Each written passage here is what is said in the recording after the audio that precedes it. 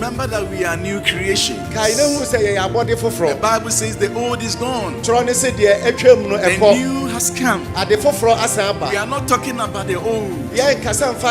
We are talking about the new that has come. We died with him that we might live in the new.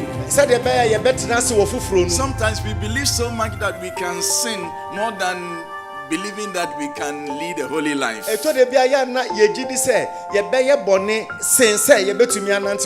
If anyone is in Christ, the Bible says he or she is a new creation.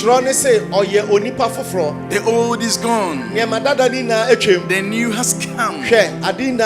The old sinful nature that fights against us. Paul says that we have to crucify it. We must draw the line. Lines of resistance.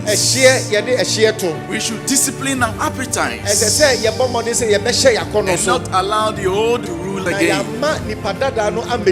Because the old is gone. So we must make sure that it is gone. The new has come. And we have to live in the new.